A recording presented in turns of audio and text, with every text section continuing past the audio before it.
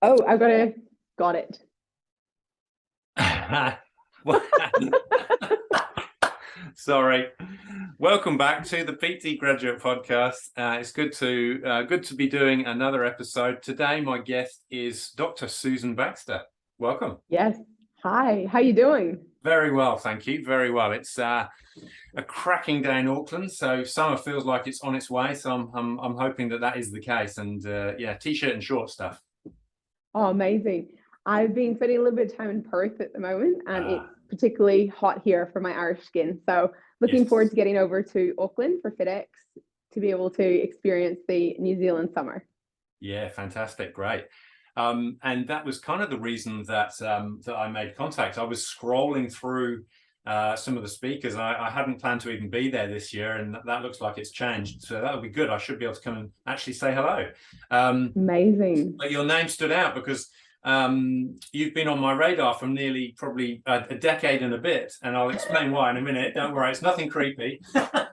um, and so I thought, right, yes, let's do an interview. It'd be great to have a chat and pick your brains and find out more about you and what you've done. And you've got a massively resume of activities and qualifications and so on. So yeah, so let me explain. the Yeah, I'm interested. Back in, I think it was 2010. Yeah. Was it 2010? You won the People's Choice Award. I actually don't know what year it was. I got I I have had that award, yes, Yeah, National People's Choice Award from the New Zealand Fitness yeah, Council, the New Zealand Awards event, yeah. which I was really pleased to get. And I think it maybe was a few years after that I actually got it. Maybe it was 2012, but sort of the timeline confuses me a little bit Okay, as to okay. what the exact year. I should have checked that before this, but yes, I did win that. Yes. Yeah, it was and I didn't. And Well, you did say you're not creepy, so it's yeah, not yeah, like you looked it up. and so that was my first foray into like that whole awards process, and turning up with the black tie and meeting and greeting and getting to know people. And I was like, I'll have a go, and it's got as many people to vote as possible. Thought I was on a roll, and obviously then on We the were night, yeah. And then on the night, obviously the names and the faces come up of all the people that are the finalists, and they you get to see your face on the screen, and that's all exciting stuff. And then congratulations, Susan Baxter. I'm like, oh, who's Susan Baxter? How dare she take my award away from me? Sorry. No, don't worry. So yeah, so that's basically from that point onwards. Your name has been etched into my brain. So it's great to. Okay. It's all good. It's all good. Yeah. So yeah, no, it's good to finally meet you and actually have a conversation, because we've had a couple of text conversations as well, but not proper ones. So anyway, enough about that stuff. Well, that was when Zumba was just kicking off as well. So I've done a number Right. of things in the fitness industry. I moved from Northern Ireland, so hence I've got a bit of a funny accent. So I moved from Northern Ireland. I hadn't quite finished high school, Yeah. but the university gave me a special entry so I could get in a bit sooner. Ah. I don't know if you'll notice I've got like a bit of a theme of being impatient for a lot of things. So I didn't quite finish high school and came across in June. That's of course when a school year will end, Yeah. and started in July, second semester university, the University of Otago Right. in New Zealand, South Yeah. Island. And that was when they were putting out calls, and they were saying, if you've enjoyed our aerobics classes, maybe you want to be an instructor. So without doing the first semester, I did 1 week of doing group fitness classes with a friend that I'd made and thought, this is so much fun. Yeah. I just want to get involved. So I immediately signed up to learn how to be a group fitness instructor, Unipol. That was the name of the gym. Right. It's still there, but it's moved a couple of times since then. Yeah. And so I also got a job behind a desk in a gym as well. World Gym gave me a job. And so from being a young teenager, I have been trying all different classes. I've also like become a personal trainer as well. And that's kind of been a theme throughout. So at that point, when we were at the award ceremony. I'd already done seniors classes. I think I probably at that point had already dabbled in a bit of aqua classes as well. Yeah. I took freestyle group fitness classes, and then Zumba had just started kicking off, and I was one of the first people in Dunedin to be sort of bringing that to the masses, to the student body. Yeah.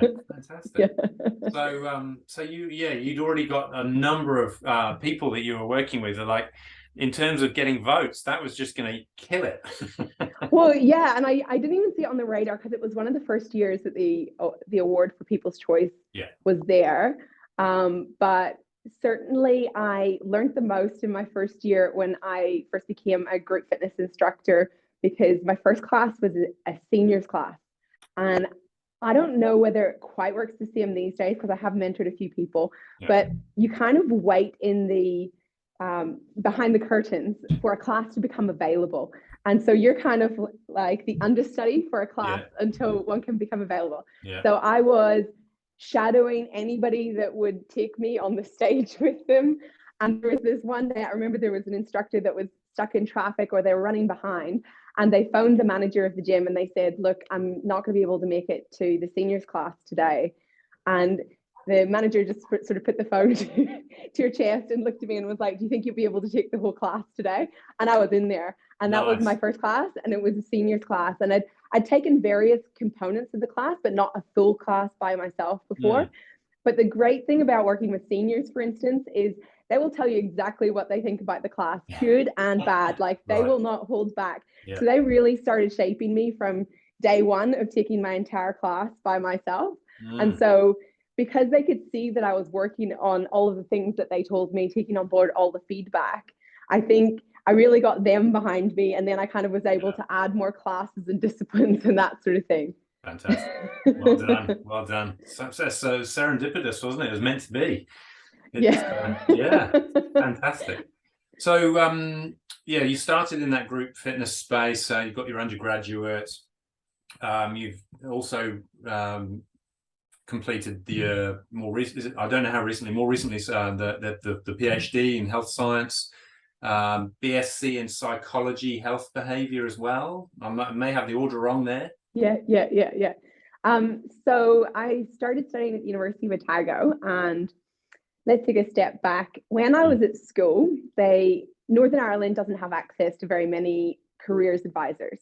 And when we filled in those kind of, check boxes, they had one or two people that they thought were kind of unusual cases. And I was one of those people. So I went to see a careers advisor, and they said, you know what, based on all of these things, I think you should be a physiotherapist. And so I was so pleased. I went home because my dad actually works at university as a physiotherapist. He's an academic. And I was like, Dad, guess what? They think I should be a physiotherapist. and my dad was like, I really feel like they're telling you this because I'm a physio. Like, I don't think that they've actually understood the things that you're interested in. So I was like, yes, they're definitely wrong. You know how you sort of listen to your parents like that? And so the interesting thing is I started university, and I wasn't quite 100% where I wanted to go to, but I knew I was interested in people, behavior change. I was interested in nutrition to some extent as well, but I was definitely interested in getting people moving and bringing people together and that sort of thing. So one of the really good things about studying at the University of Otago, which is not the same as studying in any of the UK universities, is you can pick your major, but you can also pick subjects slightly outside of the area that your major is in. Right. So I got to try out a few different things and add a few different disciplines in there. So I had stuff from the phys ed department. I had psychology. I had human behavior, which is more a teaching qualification as well. And along the way, I was just kind of following what felt right to me, which is one of the things I'm really passionate about when I'm talking to people that they don't know where they want to go to in the fitness industry or in any career. Because I do teach teens how to exercise better, technique, nutrition, that sort of thing. And a lot of them, they need to decide what they want to do with the rest of their life when they're like 16, 17, 18. And I just remember going, well, like, how am I supposed to know? And I wanted someone to tell me. So with those teenagers that I've been working with for exercise, I've mentioned to them, for me, for my career, I've always found I try what feels good and then I continue trying what feels good to kind of find my way. And Mm. that's worked out for me. And so I started out adding on the extra papers that I was more interested in. I remember because I was working in one of the gyms in Dunedin behind the desk, there was an opportunity through the government to get a scholarship to do Cert 3 and Cert 4. Yeah. And so because there was someone already coming to the gym for these qualifications for other people that worked in the gym, I luckily also got selected to do that. Yep. And so that's how I also was doing Cert 3 and Cert 4 at the same time as studying my undergrad. I didn't tell the university until I'd done it, and the university told me that it was enough to give someone a mental health condition. So, great. So I'm guessing that's a compliment if that didn't happen. I think so. So I also, on top of that, I should say that I also managed to do my 4-year degree in 3.5 because I did summer schools as well. So I was really passionate about learning, and every time I find something that I'm really interested in, I can go to town with it. So that's sort of, one of the themes I found throughout studying as well. Yeah. You don't stop until you're satisfied that you've learned everything you possibly can about a certain subject. About a certain subject, and only if it's like the subject that is in the correct direction. So then from there, when I was doing my honors degree, then I did a dissertation postgraduate, and that was in health behaviors.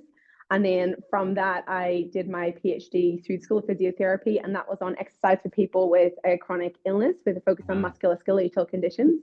So there was a psychological component to that. There was also some work with the School of Medicine, so I could recruit the patients, and then it was in the majority of the School of Physiotherapy. So ironically, probably that careers advisor was right all that time ago. And even though I tried to resist it, I sort of ended up in that place in the end. Yeah. Amazing. Fantastic. Well done. And so there's obviously lots of academia in there, but so how about the practice, the actual the face-to-face stuff? So you were in Melbourne, you were in Dunedin, you were in Melbourne, now you're in Perth. What's happened? What's the journey been like there in terms of the facilities you've been in and who you've worked with, and who you're working with now? Gosh, there's a lot. So for everybody that's interested in doing bodybuilding, I had a stint in bodybuilding. I think most people in their past, if they've been in the industry for a while, they had a bit of a stint in bodybuilding. I actually got into bodybuilding in a very unusual way, and I'd love to share the story with you. So I used to host Highlanders TV, the super, So I used to interview players. We'd interview some of the All Blacks, and we'd interview some of the other teams like the Crusaders and that sort of thing.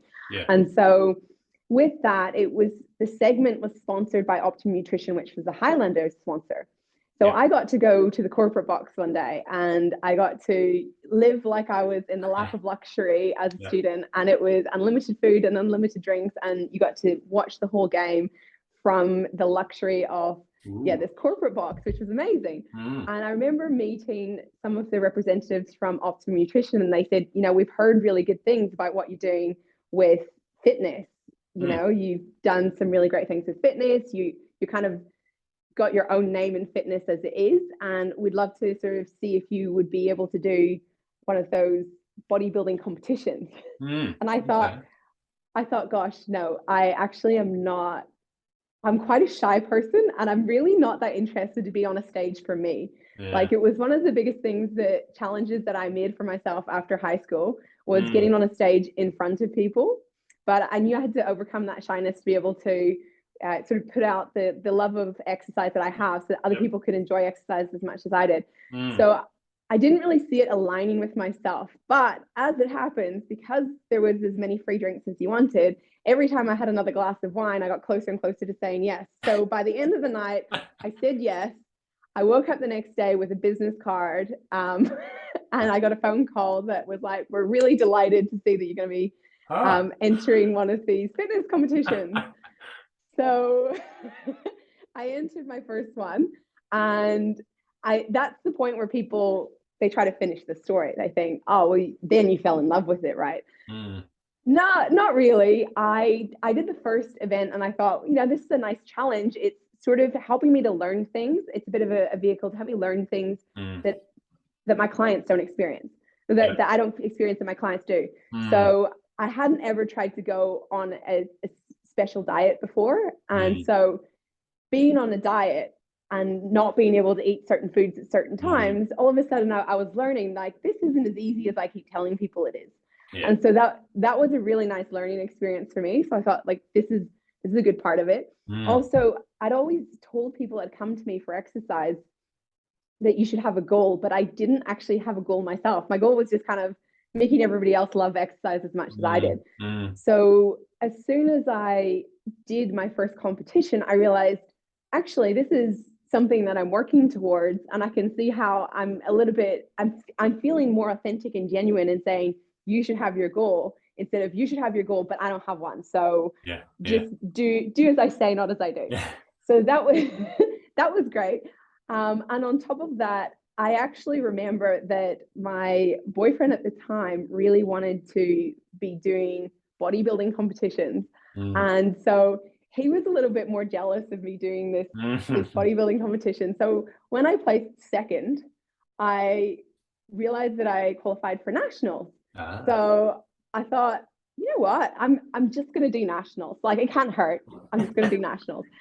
So went up to Auckland and I did this show, and I'm pretty sure there was 30 or 32 people. It's a little while ago. And we're about to go out on stage. And I remember that my boyfriend at the time told me, he was like, I think he was trying to be supportive. He was like, nobody's going to think any less of you if you don't win. Right before I went out on stage. So I went out on stage with the sass of someone who shouldn't have that level of sass, right? And I remember there being two really strong contenders that everybody was thinking, it's going to be between these two this year. Right. And then when they announced the person that won, so they named these two favorites as third and then second. So everybody was like, who's going to win this competition? And already I could see that my boyfriend had started packing up because he had already thought that I hadn't won. And they announced me as winning the nationals. And I thought, oh my gosh, okay. I just won the nationals, like, no big deal. So like, that's how I ended up getting into it. But the funny thing is, when I was going to expos with Optimum Nutrition, people thought that because I was winning, that's why Optimum Nutrition come to me, but instead they actually persuaded me to do it in the first place. I probably wouldn't have done it. From there, I actually became the first person that got awarded a Blues Award from the university for excellence in bodybuilding. Okay. They'd never considered that before. No. So, really carved the way out there. So, it's all about, saying yes to opportunities, even. Definitely. Wow, to go that fast from something you weren't sure about to winning the nationals is pretty damn impressive. Well, I mean, I never thought that I would win, but I went out with the confidence of someone that did, and I managed to. So that was interesting in itself.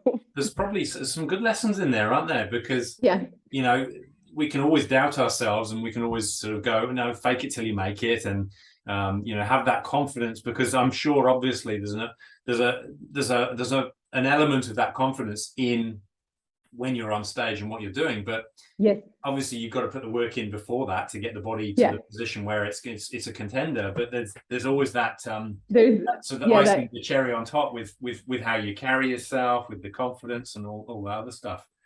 Totally. And I guess if it wasn't for that moment before I went out on stage, as someone that has struggled for a long time with imposter syndrome, there was no way I would have gone out with that level of confidence. Right. But if someone, because I'm Irish, if someone's going to tell me that I can't do something, well, I am so stubborn. I am going to prove them wrong. So in a way, did he know you well enough that actually what he was saying was some reverse psychology that actually did the trick? We will say that. I don't think he did at the time, honestly, but like, I'm very grateful for that moment. Because, I mean, I wouldn't have gone out like that. So. So from there, I started competing internationally and worlds and in universities, because universities is of course a bigger scale than the world. And also Optimum Nutrition was flying me around the world to give presentations at gyms in Southeast Asia, road shows and that sort of thing. So it was really quite the dream. Yeah. Fantastic. How long did that go on for? I think it might have been like 5 or 6 years that I was Yeah. doing that for all up. I would have to go back and check, but I was there for a long time. I do remember emceeing with Steve Cook at the fitness expo when there was a fitness model competition. Yeah. That was really fun, and I've met so many amazing people along the journey as well that it's just been so fabulous. Yeah, fantastic. I mean, I guess that gives you so much credibility as well. But you don't work with those sorts of people now, do you? You're very much into the more rehab, prehab, helping people who haven't found their home. I saw on the website. Yeah. So when I was doing my PhD, I realized that it's all very well these people that are out there that aren't as interested in exercising, but people that have injuries or they have chronic illness, they have more reasons to sort of make a barrier to themselves to getting into exercise. So I wanted to be able to help the most vulnerable people. So in that's why I focus my attention more on those people. And it's not that I turn away anybody that wants to learn how to exercise or any of that there sort of thing, but it's just that I really feel like that's kind of an area that's a missed opportunity for a lot of people out there. And because I now have the skill set to be able to do that, I feel very fortunate to be able to provide those services. Yeah. Fantastic. And some interesting words. You talk about those of us in the industry, or people in the industry that they may look a certain way, but despite how they look, they're not necessarily doing the right things for their own health. Yeah. So it can be, and I think you're right. There can be some sort of misleading behaviors that go against the grain, I suppose. What do you mean by that in more detail? I think so as I said about at the start of my journey when I was doing the bodybuilding aspect of my career. Yeah. When I was dieting, and I'd never dieted myself in the past formally, and then doing that, I realized there was so much that I didn't know. And it really was kind of like a bit of a check at the door for me, going, you know what, you don't know as much as you think you do. So that really was a humbling experience where I started to realize, hey, for all those times for myself when I was that sort of age where I was going, do you have to look a certain way to work in the fitness industry and that sort of thing? There was a lot of unknowns for me.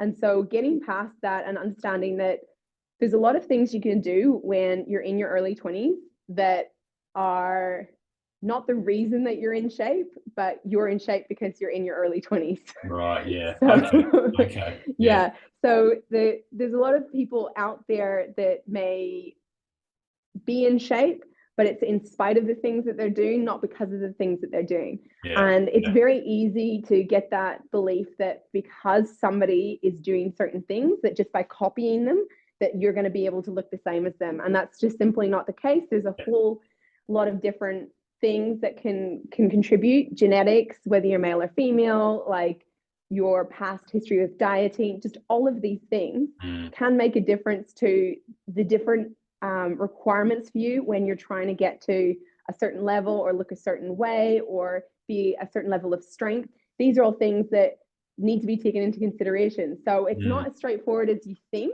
And I love that in the industry, there's there's not that many things that get in the way of you starting in the industry, which is great. There's a lot of opportunities out there, but then at the same time, there isn't a lot of grading when it comes to, are you a level 1 personal trainer, level 2 personal trainer, that there is in, say, engineering, where there's a partner, where there's a senior, that there sort of thing. So I think because of that, it can become very easy to be disillusioned when you're younger, to think, I sort of know everything. I'm speaking because when I was 18 or 19, I was like, I have made it. Like, I know pretty much everything, to be honest. And the real theme is, I've been studying, like I was studying at university for 10 years. And the more you study at university, the more you realize you actually don't know that much. Like, you could know a lot about a very small bit, but you can never know all the information. So that's that's one of the things that I try and put out there when it comes to the education that I put out there for other personal trainers. I share a lot of ideas on my blog, a lot of articles around things that they may not have encountered in their Cert 3 and Cert 4, because I just know that there's so many things that when I started, I would just wish somebody was like, hey, do you know there's different hip structures? Hey, do you know about this? Yeah. Exactly. Yeah. You're so right. And I've done a fair amount of education, and you don't know what you don't know, but also you only know, at the stage that you're at, you only know what you know, and therefore you can only deliver on that knowledge. And so if you are someone who's really interested in furthering that knowledge and doing, something like you, or something, it's probably less aggressive than 10 years at university, but someone who is keen to further their knowledge, then of course, what you know is you do know the difference between an anteversion and a retroversion, and understanding scoliosis or whatever else it might be. But then you'd be a partner, or then you'd be a senior practitioner. You're right. So we almost need something like that to help people go, well, I can clearly see the next level of knowledge or information that I can strive towards. And therefore that's going to motivate me, give me more purpose, and therefore I'm going to stay in this for longer, because that's really what this podcast started, was to try and help people to stay in the industry for longer. Bits of information, interviewing people like yourself, so that if the things that they share that people go, oh yes, that sounds like me, then fantastic, off they go. Amazing. I'm really pleased that you're doing this type of project, because you're right, the average shelf life of someone who's just qualified for being a personal trainer is 6 months in Australia. I'm not sure for New Zealand. I think it's relatively similar, because I did do some lecturing. And so with people such as yourself and people such as me that've been in the industry over 10 years, we're bringing the average up. So I can only imagine how many people are actually a lot lower than that. And that's really, to me, it's a bit sad, and also it's a bit scary, because to be honest, there's 80% of people out there that are currently not exercising. And so we need to recruit more people that can help those people to exercise. And there are different levels of knowledge when it comes to personal trainer. Someone might only need someone to stand behind them and just yell at them, run, or just tell them what to do next, or just be there for them, and then there are other people, such as some of the people that I work with, that have had a full hip replacement, and then they also have had a shoulder reconstruction. And that's not the same type of trainer that you necessarily require. So there's room for all of us out there. But it's just that acknowledgement of knowing what you don't know and that sort of thing, and probably all of us staying in our lanes as well. I think you're right. Stay in your lane, and that allows you to then go, well, I need to send this person here, or I need to send that person there, because I'm not the right person for you, and then everybody benefits, because it should be two-way traffic. Definitely. There's people that I do a movement screen on, and I go, what I'm seeing right here, I just want you to go get checked out. And I have a list of professionals that I send them to. And I've had people that I do that with, and literally the information comes back, this person actually needs to have surgery before they do anything else. Wow. So, it's by us thinking, oh, hey, it's just exercise. That's kind of the same level that someone who doesn't understand what a personal trainer can do for them puts us into that box. And really, we can do so much and be so much for those people, that 80% of people that aren't exercising, as well as the 20% that are. Yeah. You're right. I think you're right. The comment of, there's enough people out there for everyone. Even if you don't decide to be a lifelong learner of stuff, there's always going to be a space for someone. For you, there'll be your clients, there'll be your crowd, because that will suit the where your knowledge is at. So totally, it's about everyone growing the pie together. There's I remember when I started, there was a sort of taller and very robust guy that was working in the gym, and he was very muscular, and he was very softly spoken. And I remember, as I was doing my Cert 4 at the time, because I was working behind the desk, thinking, it's very interesting. I feel like he should be more aggressive, especially based on his demeanor. And then I had this fantastic tutor that would come out to the gym that worked with all of us. Her name was Camille. She used to own the gym in Alexandra. I'm not sure if she still does that, but she taught us about profiling, the psychological profiles of different trainers, and how that applies to the type of client that you attract. And she always said that his role in the gym is very important because he is the sort of one that makes someone who's scared to be in the gym environment feel very safe. And after that, I thought, oh my gosh, like this is where you start going, wow, there is literally a place for everybody in this industry. And so, yeah, I was very fortunate to have some really great tutors along the way that like opened my eyes up at certain points. Yeah, it gives you great insight, doesn't it? And that's why there's always something to learn from everyone we come into contact with, isn't there? Totally. You just have to be open-minded about it. That's the requirement, though. Yeah. I could carry on talking, but time is marching, and I want to kind of pick your brains a little bit about some of the things that I like to do for all of these episodes, and say, what are your top tips? What are the things that have worked for you? You've worked in multiple different environments, different cities, different countries.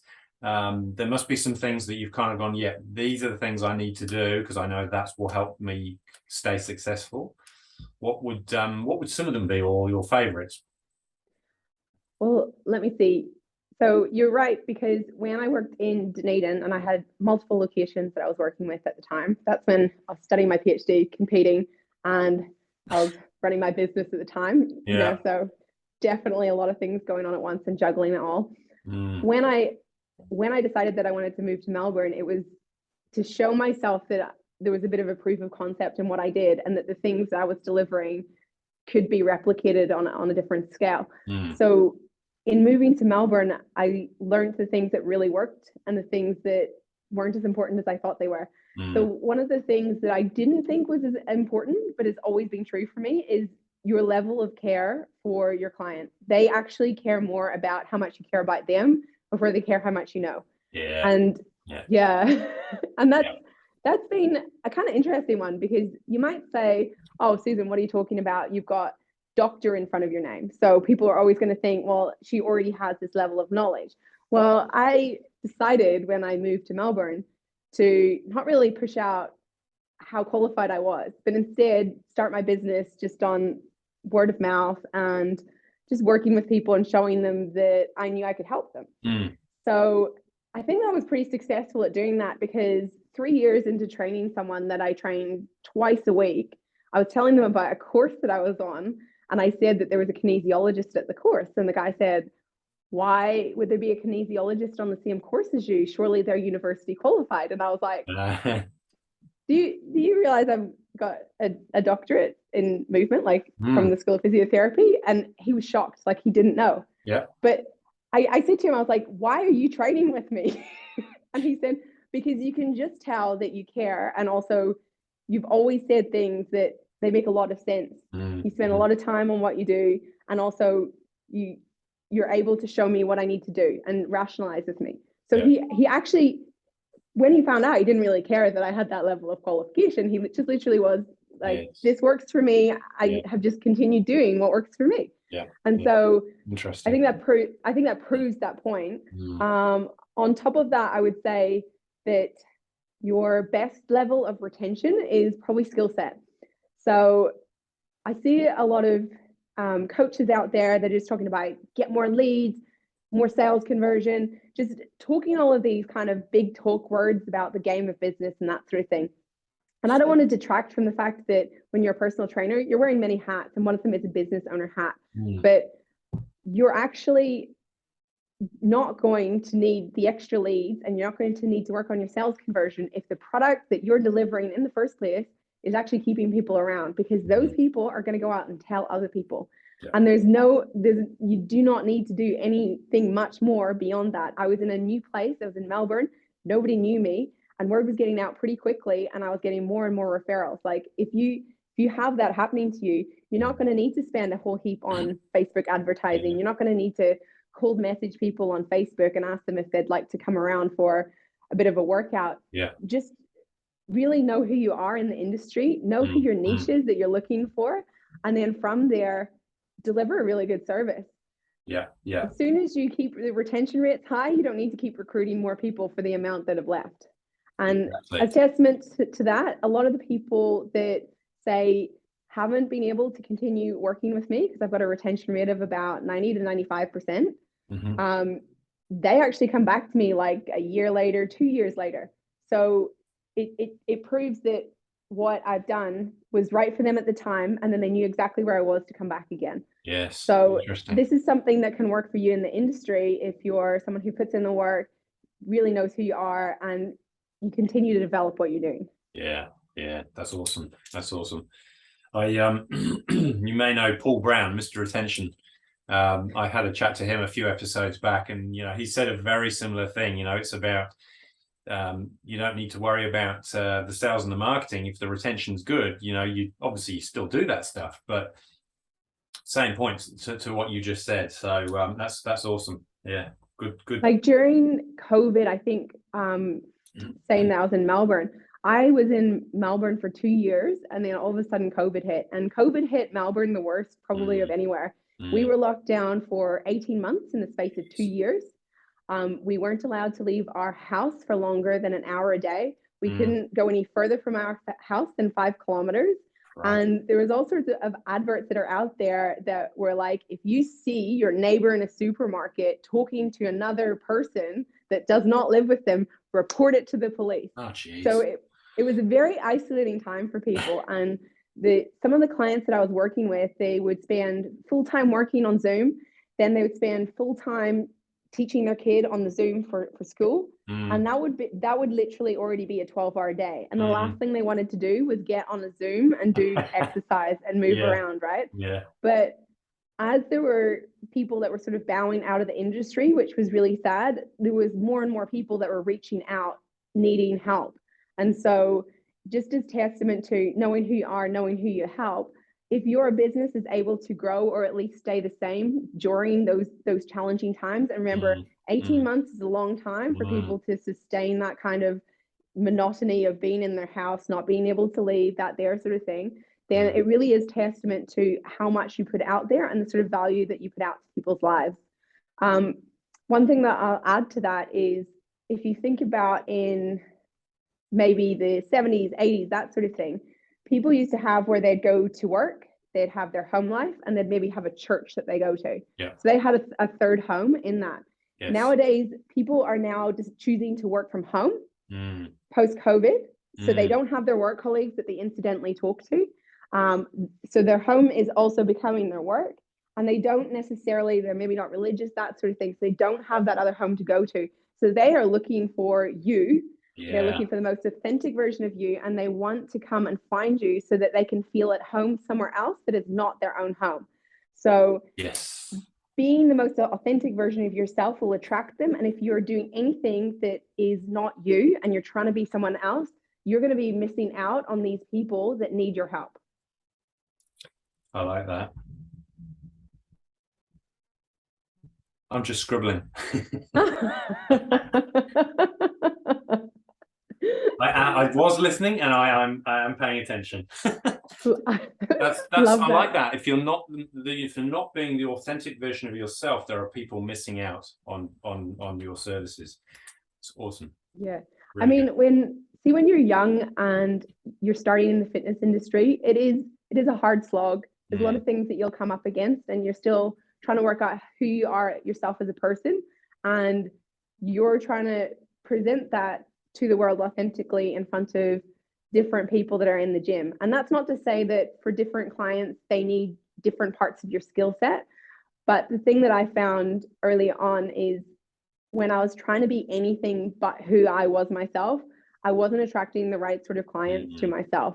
And that's doing a disservice to the people that I was training that weren't quite for me, but also those people that were training with me, they weren't the right energy for me as well. So my other clients weren't getting the high vibing, bubbly person that I am outside of that. So stay true to yourself. Yes. Yeah. It's it makes total sense, and sometimes we feel like we need to be something else, don't we? It's bizarre, so many, especially now, I think with social media, influencers, and you see something you think that you should do or be, and it's like, well, no, just stop and take stock and find out who you are and what your values are and what's important to you, and do that. Don't worry about anything else that's going on out there. I think that's so true. And I would highlight that when you start in the fitness industry as well, because you do come into contact with all different people. I remember being a young teenager and being confronted with people in the gym that were adults, right? And I didn't quite feel like I was there yet because I was still a young teenager, wasn't quite an adult yet. And adults usually to me in my life were guiders. They always knew what's best, that sort of thing. And so it was a very confusing time for me when I was being confronted with people that were being themselves in the gym, but because they were upset in other areas of their life, they would take it out on other people in the gym. And so I would take that on board myself and think, I need to be this certain way because this adult has told me to be like this. Like there's almost this tipping point in the start of your career as a personal trainer where, you know, you're 16, you're 17, maybe you're 18, and you've got people that they look like they're grown-ups and they're maybe acting like they shouldn't be acting in front of you, and it makes you feel like you need to change your behavior as a result. So it does take a lot of experience and maturity to understand when they're being bang on track and when they're being out of order as well. It can be an interesting time. I remember I came back from a trip to Europe when I think it was 19. So I was going to see my family at home. And when I came back, and remember I said that I hadn't really had any experience with dieting. So I really wasn't big on working out what weight I was. If I still fit it into my clothes, I didn't really care. I got to the gym and I started taking my classes after I'd been away for maybe a month or 2 months. And a couple of the people in the class recognized that maybe I looked a bit more fluffy. I didn't look as sharp when I was taking the classes. I still stayed in shape, but who doesn't want a croissant when you're in France? And I remember they came up and said to me, to the side, they were like, you put on a bit of weight. It looks like you enjoyed yourself while you're away, but you're a bit heavier than you were before. And I remember thinking, oh my goodness, like they must be telling me because this is important if I work in the fitness industry that I shouldn't, you know, that it was very confronting for me. And then I realized after a few occasions like this happened in various facets of me working there, I realized, wow, these people that have told me this information, when I found out a little bit more about them, their greatest fear was gaining weight. So them projecting their insecurities on me was not a reflection of like what they saw in front of them or anything like that. It was more a reflection of them saying, if I gained weight and nobody told me, that would be my biggest fear. So they were projecting that fear onto me, whereas it had nothing to do with me. But at the start, I remember thinking, oh yeah, actually, if someone's telling me this, I probably shouldn't have those lollies after I finished taking my second cardio class for the day. But actually later on down the track, thankfully I didn't get any eating disorders or anything like that. But later on in the track, I thought, you know, these people, for them, that's a big concern. And for me, it's not something I should be worried about, but I need to be able to help these people without taking it on board. Yeah, it's an important distinction to make, isn't it? And not an easy one at a young age. That's why I can see why there's a lot of guidance needed. And I like myself to be able to provide more opportunities for people that are young and up and coming in the industry. Some of the people, if it's personal trainers that are listening here that have been in the industry for a little while, some of the people that are now getting qualified have only been qualified, for instance, in Melbourne from their room. So they haven't had the opportunity when, instead of 3 years at university doing practical things, they've been learning from a computer at home without interacting with other people. So they haven't been able to develop those soft skill sets, and they really need help of other people that are at the industry to really bring them up and really help them to feel at home here. Yeah, absolutely. Yeah, you're right. Get a mentor, get someone who can help you with that stuff. Exactly. Any other questions that I haven't asked? I'm aware that, like I said, time's marching on, and that was like 20 minutes ago. Any other questions you haven't asked? No, I'm trying to think if there's anything else that we need to discuss in this episode. We can always have another episode if this one's quite popular. Yeah, absolutely. I've planned to do that with a few people actually over the previous episodes. Yeah, cool. Sounds like a plan. Amazing. Yes, well, and so I'll be seeing you at the FitX conference. Yes, you will. I'll see you at FitX. Amazing. Yeah, fantastic. Looking forward to it. Brilliant. Thank you. Thanks for your time. Really appreciate it. And if there's some socials or some websites or anything that you want me to drop into the show notes, I'll put those in, and then people can make contact if there's any questions they've got for you. Oh, brilliant. I have a number of articles that they can have a bit of a read through if they want as well. So that'd be good. Yeah. Amazing. Cool. Thank you for your time today. Awesome. No problem. Thank you. See you soon. Thank you. See you. Bye.